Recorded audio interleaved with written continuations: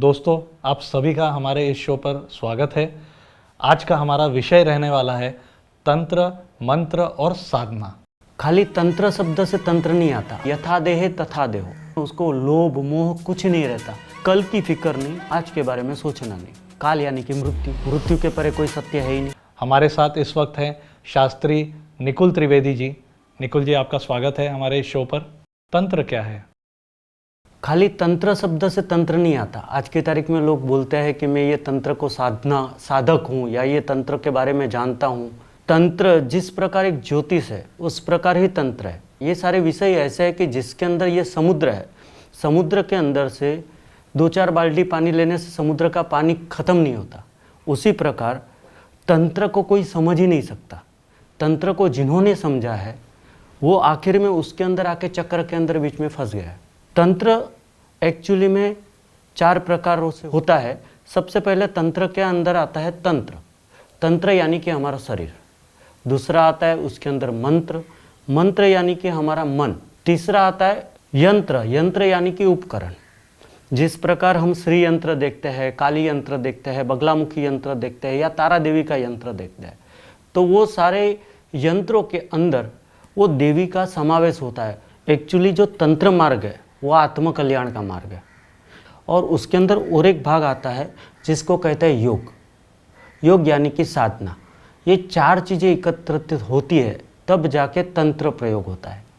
यानी कोई साधक, कोई उपासक, कोई कह नहीं सकता कि मैं तांत्रिक हूँ, क्योंकि जो तंत्र को जानने वाला है रोहित जी, वो व्यक्ति कभी बताएगा ही नहीं कि उसके पास उपासना है क्या है। तो फिर हम ऐसे व्यक्ति को पहचाने कैसे? कर्ण छेदन किया हुआ रहेगा, कान में जिस प्रकार बाली पहनी है कर्ण छेदन होता है। अभी उसके अंदर कर्ण छेदन कहाँ पे हुआ है? नाथ संप्रदाय वाला है तो यहाँ पे, वाम मार्गी है तो यहाँ पे, दक्षिण मार्गी है तो यहाँ पे, कौन सा मार्गी है, कहाँ पे कर्ण के अंदर छेदन हुआ है? एक कान में छेदन हुआ है या 2 कान में छेदन हुआ है? या गुरु जब मंत्र कान में देते हैं तो वो कर्ण के अंदर छेदन करते हैं, तो वो कर्ण छेदन से पता चलता है। और भी चीज़ है कि यथा देहे तथा देहो। आप जिस देवता की उपासना करते हैं उस देव के जैसे बनते हैं। रामकृष्ण परमहंस के बारे में आपने सुना होगा जी। रामकृष्ण परमहंस महाकाली माँ के उपासक थे। आप उनकी पुरानी कोई प्रतिमा देखो तो उनका वर्ण पूरा काला। और रामकृष्ण परमहंस हनुमान जी के भी उपासक थे। पर जहाँ तक मुझे मालूम है वहाँ तक तंत्र की साधना रामकृष्ण परमहंस ने महाकाली की थी और महाकाली माँ उनके साथ आके बातचीत करते थे। तो तंत्र के अंदर ये मुमकिन है कि देवी देवताओं को आप स्वयं धरती पे ला सकते हैं, बात कर सकते हैं। पर तंत्र के अंदर कुछ देवी देवता ऐसे हैं जो तामस प्रकृति के हैं। और जो हम तंत्र देखते हैं, आधे से ज़्यादा तंत्र अथर्ववेद में से लिया गया है। आगम तंत्र हो गया, यामल तंत्र हो गया, और साथ ही में देखेंगे तो उस प्रकार से तंत्रों की उपासना की जाती है। तो सिद्धियां जो होती हैं ये क्या होती हैं? देवी देवताओं की उपासना जो करते हैं उनके द्वारा एक प्रकार की शक्ति आपको प्राप्त होती है। उसमें भी कई प्रकार है, क्योंकि तंत्र मार्ग के अंदर ज़्यादा करके देवियाँ अपना महत्व रखती है। उसके अंदर सबसे पहले तो महाकाली माँ आती है। उसके अंदर 10 महाविद्या है, छिद्दमस्तिका, भैरवी, काली, त्रिपुर सुंदरी, धूमावती, बगलामुखी। ये सारी 10 महाविद्या के अंदर देवी आती है। वो सारी देवी तामसी प्रकृति की है, तामसी यानी कि गुस्से वाली प्रकृति के। और जो उनकी उपासना करता है उसके अंदर शक्ति है कि मारणम मोहनम वश्यम स्तंभन उच्चाटनादिकम। किसी का मारण भी कर सकता है, किसी के ऊपर अपनी मोहिनी भी छिड़क सकता है, किसी को स्तंभन यानी कि एक ही जगह पे रुका देना कि भाई तू एक पाँव आगे नहीं चल सकता, तो वो स्तंभन भी कर सकता है। मारणम मोहनम वश्यम, उसको अपने वशीकरण में ले सकता है। और जिस प्रकार मैं चाहूँ उस प्रकार सामने वाले व्यक्ति से मैं कार्य करवा सकता हूँ। तो क्या जो हम सुनते हैं कि इसे सिद्धियां प्राप्त है या ये इसमें ये शक्तियां हैं, तो क्या ये सही है? मतलब सही मायने में होती है इस तरह की शक्तियां? 100% होती है। अगर आप असत्य पे बिलीव करते हो, यानी कि आप सत्य को मानते हो, आप अगर भगवान में मानते हो तो आपको भूत को भी मानना ही पड़ेगा। अगर भूत की चर्चा ही न हो तो तंत्र आए ही नहीं। पिशाच को भी मानना पड़ेगा, डाकिनी को भी मानना पड़ेगा, साकिनी को भी मानना पड़ेगा। और तंत्र की कोई ऐसी देवियाँ है जिसे हम फॉर एग्जाम्पल कहते हैं कर्ण पिशाचिनी, जो कान में आके विद्या बताती है और इसके प्रयोग तो इतने आसान है कि 3 दिन के अंदर ये देवी सिद्ध होती है। जो भूतकाल कह सकती है, वर्तमान 1 सेकंड का रहता है। अभी मैं आपसे बात कर रहा हूँ, 2 मिनट पहले की जो बात थी वो भूतकाल में चली गई। वर्तमान भी नहीं कह सकती कर्ण पिशाचिनी और भविष्य भी नहीं कह सकती। पर यदि आप मेरे सामने बैठे हो और अगर मेरे पास कर्ण पिशाचिनी है तो वो कान में आके कहेगी कि रोहित भाई के जेब में कितने पैसे हैं, कितने सिक्के हैं, कितनी नोट है, रोहित भाई के घर पे क्या चल रहा है, अभी इस समय रोहित भाई अपने मन के अंदर क्या सोच रहे हैं और 2 जन क्या बात कर रहे हैं। यहाँ पे बैठे बैठे मैं यदि यहाँ बैठा हूँ और 50 किलोमीटर मेरे बारे में बात हो रही है तो 2 जन वो क्या बात कर रहे हैं वो मुझे यहाँ पे समझ में आएगा। तो ये बागेश्वर धाम के जो धीरेन्द्र शास्त्री जी भी जो हैं, जो बताया जाता है करके कि उनके पास भी काफ़ी सिद्धियां प्राप्त है श्री हनुमान जी से, तो ये भी क्या सही है? मतलब 100% है। हनुमान जी अष्ट सिद्धि 9 निधि के दाता है। 8 प्रकार की सिद्धि 9 प्रकार की निधि उनको प्राप्त है। हनुमान जी में सारी ताकत है। भय लगता है तो हम बच्चे को भी बोलते हैं कि हनुमान चालीसा का पाठ कर, भूत पिशाच निकट नहीं आवे, महावीर जब नाम सुनावे। मतलब महावीर के नाम में कुछ तो ताकत है ना कि भूत पिशाच निकट नहीं आवे। अभी हनुमान जी शिव जी के 11वें रुद्र अवतार है और हनुमान जी 11वें रुद्र अवतार है, यानी कि शिव का अंश है, शिव का ही एक रूप है। उनका नाम लेने से भूत पिशाच निकट नहीं आवे। और शिव भूत पिशाच डाकिनी साकिनी प्रेत पलित सबको अपने साथ स्मशान में लेके बैठे हुए। अभी आप सोचो इसका अंत ही नहीं है और हम इसका अंत ढूंढने बैठे। और जो भी तंत्र के आराधक रहेंगे वो तंत्र के नियमों से चलते रहेंगे। तंत्र के अंदर आसन कैसा लेना है, यदि भैंसे के चर्म का आसन लिया तो वो मारण के अंदर उपयोग होता है। दक्षिण दिशा के अंदर मुख रख के कौन से मंत्र बोले जाते हैं, उत्तर दिशा के अंदर मुख रख के कौन से मंत्र बोले जाते हैं। किसी को बचाना है तो कौन सा चर्म, कौन सा आसन चाहिए, वाक चर्म चाहिए या मृग चर्म चाहिए। आपको अपने मंत्रों के अंदर गतिविधि लानी है, आप मंत्र स्पीड से बोल सको तो हिरन के चमड़े पे बैठ के आप करो। किसी को वशीकरण करना है तो कौन सा आसन चाहिए, उसके अंदर सारे चर्म आसन बताए गए, दर्भासन भी बताए गए और लाल उनके आसनों का भी प्रयोग होता है। कौन सी माला हाथ में रखनी चाहिए, स्फटिक की माला देवी के वक्त, देवता के वक्त, या भैरव के वक्त रुद्राक्ष की माला, और बहुत सारी मालाएं। एवरीथिंग इज पॉसिबल, सब कुछ शक्य है तंत्र के अंदर। तो हमें तंत्र मार्ग चुनना चाहिए या मंत्र मार्ग चुनना चाहिए? यदि आपका मंत्र के अंदर ताकत होगी तो ही आप तंत्र में आ पाओगे। तंत्र का बेस ही मंत्र है। जब तक आपने मंत्र सिद्ध नहीं किया तब तक आप तंत्र तक पहुँचे ही नहीं ना। और साधना ऐसे नहीं होती, साधना सबसे कठिन है रोहित जी। मैं आपको यदि एक शब्द बोलूँ कि आप इस देव की उपासना कीजिए एक ही आसन पे बैठ के एक ही समय, आज समझो कि आप शाम को 7 बजे बैठे हो तो कल भी आपको 7 ही बजे बैठना है। आप 7:01 पे बैठ गए तो गलत हो गया। जितना जप जितने समय के अंदर आज किया है उतना ही जप जितने दिन अनुष्ठान चलेगा उतने दिन करना है। आप चटाई नहीं बिछा सकते, तकिया नहीं ले सकते, जमीन पे ही सोना है। जो भी ब्रह्मचर्य व्रत है, जो भी नियम है, वो सारे नियमों का पालन करना है। भोजन नहीं ले सकते, केवल पानी, केवल फ्रूट, या तो फिर हविषान्य अन्न जिसके अंदर घी आ गया, बॉयल मूंग आ गए। पर जो चीज़ आप अग्नि के अंदर देने वाले हो आखिरी दिन में, वही चीज़ आपको खानी है और एक ही चीज़ को पकड़ के चलना है। हम उपवास करते हैं जनरली, तो उपवास के अंदर नाम है उपवास पर बनाते हैं 50 प्रकार की चीज़ें। फलाहार बना लेता है या कुछ किसी तरह का कुछ ना कुछ बना ही लेता है उपवास के नाम पे। एक्चुअली आप ही ने अभी कहा फल आहार, फल का ही आहार लेना है, उसे उपवास कहा जाता है। उसके अलावा और कोई आहार लेना ही नहीं है। तंत्र मार्ग में कौन कौन सी शक्तियाँ हैं? राजसी, तामसी, सारी शक्तियाँ तंत्र मार्ग में, कोई ऐसी शक्ति नहीं है। यदि मैं आपको ये बोलूँ कि गायत्री का भी अघोर मंत्र है तो आपने सुना था कभी? अघोर गायत्री मंत्र है। हम जो गायत्री मंत्र बोलते हैं उसे यदि हम जोर से नहीं बोल सकते, उसके भी कुछ नियम है। क्यों? क्योंकि ब्राह्मण जब उसका यज्ञोपवीत संस्कार होता है उस समय उसके गुरु उनके ऊपर कंबल या चद्दर या कुछ भी ढक के उनके कान के अंदर ये मंत्र फूंकते हैं। तो गायत्री मंत्र जोर से नहीं बोला जाता। आजकल सारे निकल पड़े हैं जोर जोर से गायत्री मंत्र बोलने के लिए। गायत्री मंत्र का नियम है, गायत्री मंत्र आप बोलते हो तो उसके वक्त आपके होठ भी नहीं हिलने चाहिए, आपकी आँख भी नहीं हिलनी चाहिए, और गायत्री मंत्र मन में ही बोलना है। उसका उच्चारण जोर से कर दिया तो कोई महत्व नहीं है। और फिर गायत्री मंत्र के अंदर अगर सात्विक तरीके से आप कर रहे हो तो कहाँ कहाँ पे आपको ओम लगाना है वो भी महत्व का है। और अघोर गायत्री, गायत्री सात्विक भी है वैसे अघोर की भी है। नाथ संप्रदाय के साधु अघोर गायत्री का भी पाठ करते हैं, जो अघोर संप्रदाय की गायत्री है। पर गायत्री सात्विक भी है।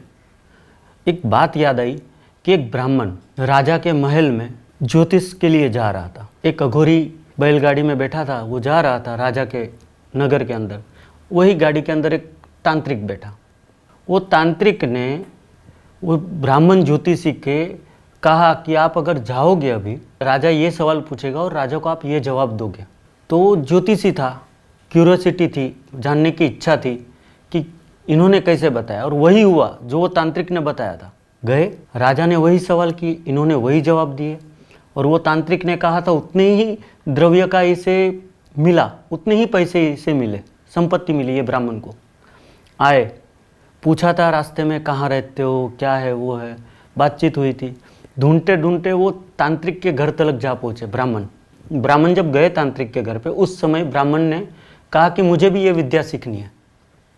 तांत्रिक ने कहा जरूर सिखा सकता हूँ, 3 दिन की ये विद्या है, 3 दिन आप स्मशान में रात को जाओ, मैं आपको मंत्र देता हूँ, आप ये विद्या का इस प्रकार से मंत्र का जाप करो। 1 दिन गया, तांत्रिक बोल रहा था कि दूसरे दिन पे आपको अलग अलग चीज़ें दिखेगी, तीसरे दिन पे दिखेगी, यदि दूसरे दिन पे नहीं दिखी, खोपड़ियाँ दिखेगी, वेताल दिखेंगे, पिशाच दिखेंगे, डाकिनी दिखेगी, साकिनी दिखेगी, पर कुछ दिख नहीं रहा है, खाली आवाज़ें आ रही है। 3 दिन समाप्त हुए। जाता है वो तांत्रिक के पास में, बोलता है मैंने तो बहुत सारे मंत्र आपने बोले थे, वो सारा क्रम किया, खाली आवाज़ आ रहा है, कोई नहीं आ रहा है। तांत्रिक बोलता है फिर से उपासना कर, मैं आता हूँ तेरे साथ में। 2 दिन की उपासना समाप्त हुई। वो तांत्रिक वो ब्राह्मण के साथ में गया, और जैसे ही ब्राह्मण के साथ में गया तो तांत्रिक ने भी देखा कि उसके सामने भी कोई नहीं आ रहा है, खाली आवाज़ आ रही है। हाथ के अंदर जल लिया, अभिमंत्रित किया और प्रेतात्माओं के ऊपर छिड़का। जैसे ही जल छिड़का, प्रेतात्माओं की वापस आवाज़ आई कि इसने पूरी जिंदगी गायत्री की उपासना की है। गायत्री में वो शक्ति है कि हम इसके सामने नहीं आ सकते, पर वो सात्विक गायत्री। यदि आप गायत्री को अच्छे तरीके से भजो, या कोई भी देवता को आप अच्छे तरीके से भजो, तो वो कल्याणकारी भी है। और दूसरी चीज़, तंत्र लोगों के कल्याण के लिए ही है। हम लोगों का बुरा करते हैं तंत्र मार्ग में, तो वो हमें भी भुगतना पड़ता है। तंत्र क्या है? सबसे पहले तंत्र के अंदर आता है तंत्र, हमारा मन। यंत्र, योग यानी कि साधना। आप जिस देवता की उपासना करते हैं उस देव के जैसे बनते हैं। अगर तंत्र कल्याणकारी के लिए बनाया गया है तो लोग फिर बुरा करते क्यों हैं? अभी लोगों को फास्ट मनी चाहिए, जल्दी पैसा कमाना है। तंत्र के बारे में उतना जानकारी है नहीं, यूट्यूब पे या इधर उधर छोटी मोटी किताबों में छोटे छोटे उपाय दिए जाते हैं और वो किए जाते हैं। तंत्र के लिए आपके पास पहली चीज़ तो प्रॉपर गुरु का होना ज़रूरी है। कोई भी दीक्षा बिना गुरु के होती ही नहीं है। तंत्र मार्ग बिना गुरु का चलेगा नहीं। और तंत्र के गुरु कौन? आदि गुरु हम बोलते हैं शिव को। ब्रह्मा जी को विष्णु भगवान ने कहा कि ये सृष्टि की उत्पत्ति करो। ब्रह्मा जी ने सृष्टि की उत्पत्ति की। नारद जी निकले, बाद में उनकी आंखों में जलन होने लगी और वहाँ से रुद्र निकले। वो शिव का ही एक अंश है जो रुद्र निकले, लाल, गुस्से वाले, क्योंकि नारद जी ने तो कह दिया कि मैं तो संसार नहीं आगे बढ़ाऊंगा। और शिव जी गुस्से वाले, क्रोधित, लाल, और उन्होंने भी बोल दिया कि मैं उत्पत्ति करूंगा, पर मैं भूत पिशाच, डाकिनी, साकिनी, प्रेत, पलित ये सब की उत्पत्ति करूंगा, क्योंकि वो तामसी थे। उन्होंने उत्पत्ति कर दी। ये भागवत जी के हिसाब से या ब्रह्मवर्त पुराण के हिसाब से देखा जाए। शिव पुराण के हिसाब से यदि आप देखोगे तो शिव का नहीं कोई आदि है, नहीं कोई अंत है, वो अजन्मानो लोका है। महिम्न स्तोत्र के अंदर आता है ना जी, अजन्मानो लोका किमवयवंतोपि जगत, जिसके कोई आगे नहीं है, पीछे नहीं है, अकेला है, जिसको जन्म देने वाला कोई नहीं है, मृत्यु करने वाला कोई नहीं है। पर हमारे शास्त्र की विशेषता ये है कि यदि आप शिव पुराण देखो तो शिव का महत्व बताया है, गणेश पुराण देखो तो गणेश का महत्व बताया गया है, देवी पुराण देखो तो देवी का महत्व बताया गया है कि देवी ने यह सृष्टि की उत्पत्ति की। अगर आप भागवत जी के अंदर आओ या विष्णु पुराण के अंदर आओ तो विष्णु भगवान ने सृष्टि की उत्पत्ति की। पर ये तीनों देवता एक ही के साथ जुड़े हुए हैं और तंत्र के अंदर ऐसी भी साधना है जो 3-3 दिन के अंदर आप कर सकते हो। जैसे मैं अभी बोल रहा था आपको कर्ण पिशाची के बारे में। कर्ण पिशाची का जो भी साधक है वो 3 दिन की ही साधना है। उंबर हो गया, पीपल हो गया, ये सारे वृक्षों के नीचे बैठ के खाली जप करना है। पर उसके पहले अपने शरीर को इतना गंदा रखना है कि आप सोच भी नहीं सकते। अपने मलमूत्रों को अपने शरीर पे लगाना है, अपने मलमूत्रों को खाना है। और तीसरे दिन में वो पिशाचिनी बहुत बड़ा रूप लेके आती है। या तो आपको उसको माँ के स्वरूप में धारण करना है, या तो आपको बेटी के स्वरूप में धारण करना है, या तो आपको बहन के स्वरूप में धारण करना है। बेटी और बहन के स्वरूप में धारण किया तो आपको किसी और को जाते जाते देना पड़ेगा। माँ के स्वरूप में धारण किया तो वो आपके साथ रहेगी। और पत्नी के स्वरूप में यदि धारण किया तो पत्नी को आप फिजिकल जो भी नीड्स उसकी ख़त्म करते हो वैसे ही वो पिशाच की भी करनी पड़ेगी। वो आपका ब्लड पूरा खींच लेगी, आपके शरीर में ब्लड नहीं दिखेगा, वो सारी चीज़ें खींच लेगी। आप न खाने वाली चीज़ें खाने लगोगे, न पीने वाली चीज़ें पीने लगोगे। तो ये अघोरी साधना क्या है? अघोर एक पूरा संप्रदाय है जो शिव को ढूंढता है, स्वयं को शिव मानता है। अघोर यानी क्या? अघोर यानी अंधकार में से प्रकाश की खोज। शिव है वो अघोर के प्राधान्य देवता है, तो वो शिव को अपने अंदर ढूंढने की कोशिश करता है। उसे दुनिया से किसी भी चीज़ों से लेना देना नहीं है। जो मिला वो खा लिया, जो मिला वो पी लिया, पर हाँ उसके मन के अंदर एक ही संकल्प चल रहा है, शिव, और मुझे शिव तक पहुँचना है। क्योंकि अघोर की ऐसी भी साधना है कि अघोर संप्रदाय के व्यक्ति, आपने सुना रहेगा कि मांस, मदिरा, ये सारी चीज़ों का सेवन करता है। वो गालियाँ भी बहुत देते हैं। पर यदि किसी अघोरी की आपको गाली मिल जाए तो आशीर्वाद स्वरूप में तंत्र मार्ग में गिनी जाती है कि उन्होंने हमारा काल हरण कर लिया, हमारा बुरा वक्त ले लिया, तो उन्होंने गालियाँ दी। और दूसरी चीज़ कि अघोर की एक 21 दिनों की साधना है जिसके अंदर अघोरी एक नदी के किनारे या कोई भी जगह पे बैठ के साधना करता है। तो वो नदी में से शव बहता बहता उसके पास आता है। नदी का बहाव किसी भी और हो, वो शव उसी की तरफ आकर्षित होता आएगा। फिर वो शव को लेके जाएगा अपने शिष्यों द्वारा, जहाँ पे साधना करता है वहाँ पे रखेगा, उसके छाती पे बैठेगा, यज्ञ चालू रहेगा, उसका रक्त का भी पान करेगा, उसका मांस का भी पान करेगा। बहुत पुराना ये जो मैंने आपको वाक्य बताया वो 21 दिवसीय साधना है अघोर संप्रदाय की। इसका वीडियो बहुत पुराना YouTube पे अवेलेबल है, क्योंकि वो मंत्र के अंदर शक्ति है। और मंत्र के अंदर शक्ति ऐसे ही नहीं आई ना, उसके अंदर की ऊर्जा जागृत हुई तो किसी भी चीज़ को एक मैग्नेट की तरह खींच सकता है। तो वो शिव जो थी वो पानी में बहाई क्यों गई थी? एक सिद्धांत है कि यदि आप काशी में जाओ, मणिकर्णिका घाट पे, सब आधा जले न जले गंगा के अंदर डालने की एक प्रथा है। क्योंकि गंगा हर किसी को पवित्र करती है। वो नदी कौन सी थी वो मुझे नहीं पता, मैंने भी ये वीडियो YouTube पे ही देखा था कई वर्षों पहले। आज उसका चिंतन हुआ तो वो चीज़ याद आई। सारी चीज़ें कर्म के अधीन है। आप सत्व मार्ग में जाओगे वो भी आपके कर्म के ऊपर है, आप रजत मार्ग में जाओगे वो भी आपके कर्म के ऊपर है, और आप तामस मार्ग में जाओगे वो भी आपके कर्म के ऊपर है। क्योंकि कर्म हम इसी जन्म का भुगत रहे ऐसा ज़रूरी नहीं है, गए जन्म का भी तो भुगतते रहेंगे। पूरी हमारी लाइफ स्क्रिप्टेड है। अगर तंत्र के मार्ग से देखो तो पूरी लाइफ स्क्रिप्टेड है। क्यों? क्योंकि उसको ऑलरेडी मालूम है, जब बालक का जन्म होता है, छठी होती है, तो लेकिन ने सारे लेके दिए कि इसको इतने सुख और इतने दुख मिलने वाले हैं। तंत्र मार्ग के अंदर 5 मकारों का वर्णन किया गया है। ये मकार क्या होता है?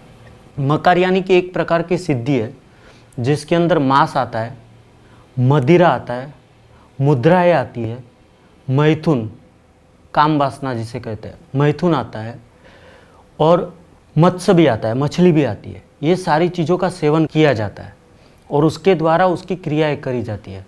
पर उसके अंदर भी एक है कि जो वाम मार्गी संप्रदाय है वही ये मार्ग पे चलता है, पर जो दक्षिण मार्गी संप्रदाय है वो ये मार्ग पे नहीं चलता।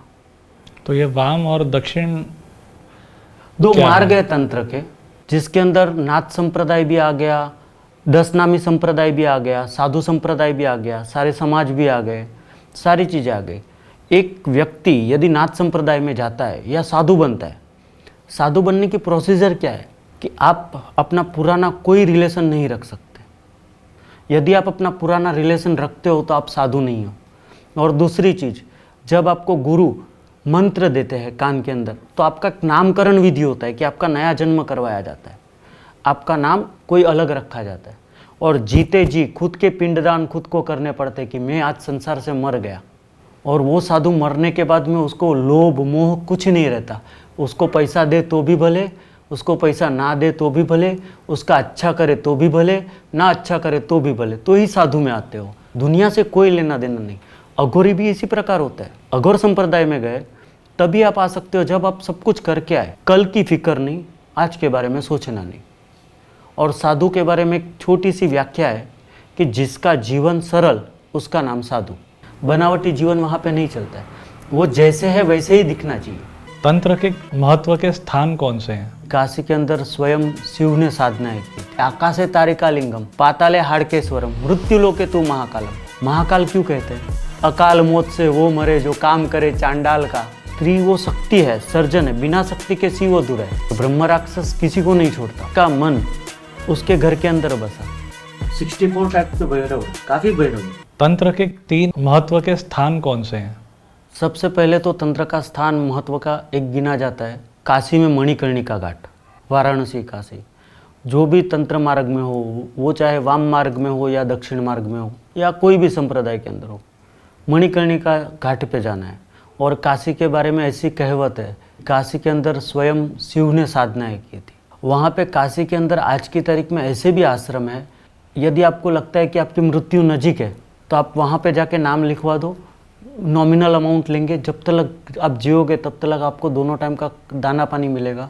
ऐसा कहा गया है कि काशी का मरण सबसे श्रेष्ठ मरण है। उसके पीछे पिंडदान नहीं होगा तो फिर भी चलता है। काशी तंत्र की एक भूमि है जहाँ पे शिव ने आराधनाएं की है। दूसरा आता है उज्जैन महाकाल। उज्जैन का जो शिवलिंग है, पहली बात तो उसे महाकाल कहते हैं। महाकाल क्यों कहते हैं? काल यानी कि पास्ट, काल यानी कि मृत्यु। मृत्यु के परे कोई सत्य है ही नहीं, मृत्यु परम सत्य है। महाकाल जो मृत्यु के ऊपर विजय रखने वाला है। अकाल मौत से वो मरे जो काम करे चांडाल का, काल भी उसका क्या करे जो भक्त हो महाकाल का। और महाकाल की दूसरी एक विशिष्टता है कि महाकाल का जो जल है वो दक्षिण दिशा के अंदर जाता है। बाकी पूरे विश्व में देख लो कहीं पे भी जी, जो जल प्रवाहित होता है वो उत्तर दिशा के अंदर शिव जी का जाता है। महाकाल का दक्षिण दिशा के अंदर जाता है। और काकभूषुंडी जी ऐसे कहते हैं कि आकाशे तारिका लिंगम, पाताले हाड़केश्वरम, मृत्यु लोके तू महाकालम। जो लिंग है बड़ी, वो आकाश के अंदर है, वो तारिका नाम की है। पाताल के अंदर है, वो हाड़केश्वर नाम की है। पर मृत्यु लोक, ये हमारा मृत्यु लोक है जी। जन्मे हमें मरना है, मृत्यु लोक है। बाद में आप चींटी के स्वरूप में जन्मो तो भी आपको मरना है, और इंसान के स्वरूप में जन्मो तो भी आपको मरना है। मृत्यु लोक है। मृत्यु लोके तू महाकालम। और महाकाल जहाँ पे, वो एरिया का नाम क्या है? उज्जैन, मध्य प्रदेश, उज्जैन। कई लोगों का ऐसा भी मानना है कि पूरे विश्व का मध्य का स्थान वो है जहाँ पे शिवलिंग है, इसके लिए उसका महत्व है। और तीसरा स्थान है कामाख्या। कामाख्या अंदर माँ कामाख्या का मंदिर है। और स्त्री सर्जनात्मक है, पुरुष के अंदर वो ताकत नहीं है। स्त्री वो शक्ति है, सर्जन है, बिना शक्ति के शिव अधूरा है। शिव जी हथियार के अंदर क्या रखते हैं? त्रिशूल। त्रिशूल। विष्णु भगवान क्या रखते हैं? सुदर्शन चक्र। जी। ब्रह्मा जी रखते हैं कमंडल। पर देवी का एक स्वरूप देख लो आप, अष्टभुजा है, एक हाथ के अंदर त्रिशूल भी है, कमंडल भी है, खड्ग भी है और सुदर्शन चक्र भी है। वो 3 शक्तियों का एकत्रित शक्ति का स्वरूप ये है देवी। और वही देवी स्वरूप माँ कामाख्या है। और कामाख्या के पास आज की तारीख में ऐसे गांव हैं जहाँ पे तंत्र विद्या यानी कि खेल हो गया। किसी को कुछ अच्छा करना है, बुरा करना है, आपने को निकलना है उसमें से, आप जाओ वहाँ पे आजू बाजू में देखो 10 महाविद्या के मंदिर है, आजू बाजू में 2-3 गांव है। वो गांव के अंदर तंत्र विद्या है। वंश के अंदर हम संपत्ति कैसे देते कि ये संपत्ति में मेरे बेटे के लिए कमाया, वैसे ही तंत्र जाते जाते वो व्यक्ति अपने पुत्र को देते जाता है कि ये मेरा तंत्र है, मेरी एनर्जी है, तू रख। वो उसके आगे की पीढ़ी को सप्लाई करता है, पास करता है। तंत्र इतना विशाल है कि उसे समझना नामुमकिन है। उसका कारण है, आपने सुना है ब्रह्म राक्षस के बारे में? ब्रह्म राक्षस यानी क्या? कि जिसको ब्राह्मण का अवतार मिला है फिर भी वो व्यक्ति तंत्र मार्ग में जाता है और उपासनाएं करते रहता है। उपासनाएं करने के बाद में वो विद्या किसी को देता नहीं है, या कुछ कारणवश या तो आत्महत्या करता है, या तो उसका एक्सीडेंटली मृत्यु हो जाता है, या तो उसका जान कहीं पे अटका रहेगा। फॉर एग्जाम्पल समझ लो कि किसी व्यक्ति का जान एक घर के अंदर अटका हुआ है, वो था ब्राह्मण का स्वरूप पर वो गया तंत्र मार्ग में। तंत्र मार्ग में गया, उसका मन तो एक जगह घर के साथ जुड़ गया है, सब कुछ छोड़ देगा, वो मन को नहीं छोड़ पाएगा। वाराणसी में एक ब्रह्म राक्षस हो गया, ब्राह्मण था, तंत्र मार्ग में गया और तंत्र मार्ग में जाने के बाद में उसका मन उसके घर के अंदर बसा, और वही घर उनकी 2-3 पीढ़ियाँ ख़त्म होने के बाद में जब तक उनके परिवार वाले रहते थे किसी को कुछ तकलीफ नहीं हुआ। जब दूसरे ब्राह्मण परिवार ने वो घर खरीदा उस वक्त उसने वास्तु शांति ये वो पूजा पाठ वगैरह किया। पूजा पाठ वगैरह करने गए और ब्राह्मण है, ये बात मैं कर रहा हूँ आपको 100-150 साल पुरानी, मैंने भी नारायण दत्त श्रीमाली की पुस्तक में से पढ़ा हुआ है। तो साधना के टाइम पे उनको अलग अलग आवाज़ें आना, घुंघरू सुनाई देना, या तो फिर इंसान का व्यक्ति का आवाज़ आना, तू ये घर से निकल जा नहीं तो मैं इसको मार डालूंगा, इसको ये कर डालूंगा। बट क्या ये सही होती है? सही होती है। ब्रह्म राक्षस इतने जल्दी नहीं छोड़ता।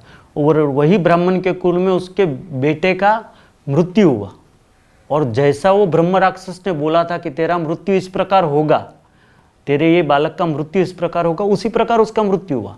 फिर वो ब्राह्मणों ने दूसरे ब्राह्मणों से जो साधना जानते उनको बुला के उसके पीछे उसकी आत्मा की सद्गति के लिए कार्य किया, और फिर आखिर में उस ब्रह्म राक्षस को मुक्ति मिली और वो जाते जाते आशीर्वाद देते हुए गया। पर ब्रह्म राक्षस किसी को नहीं छोड़ता, उससे बड़ी ताकत किसी में नहीं है, क्योंकि अक्की जिंदगी उसने तप किया है, ब्राह्मण का शरीर है, फिर भी गलत मार्ग के अंदर गया।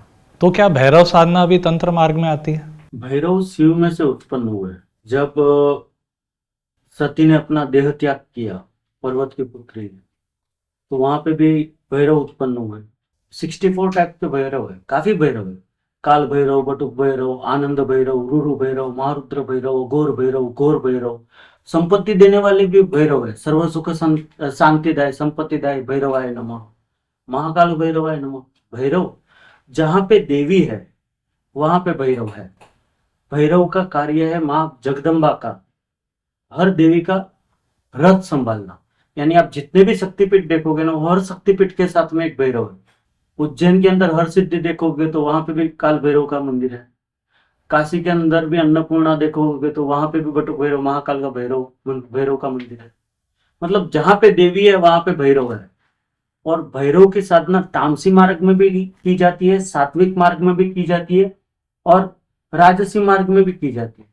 और भैरव का तो रूप भी शास्त्रों के अंदर वर्णित है।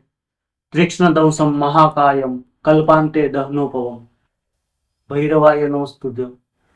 ये वेदों का मंत्र है जो भैरव को नमस्कार करना है। तीक्ष्ण दंसम महाकाय कल्पांते दहनोपवम भैरवाय नमस्तुभ्यम। अनुग्नाम दातुम अर्हसि। दांत बाहर आए हुए हैं, विकराल शरीर है। जब सती माँ ने अपना देह त्याग किया कि मेरे पति को कोई मान सम्मान नहीं मिला मेरे पिता द्वारा, और उनका अपमान किया, तो सती ने अपना पूरा बॉडी यज्ञकुंड के अंदर छोड़ दिया, पूरा शरीर यज्ञकुंड के अंदर छोड़ दिया।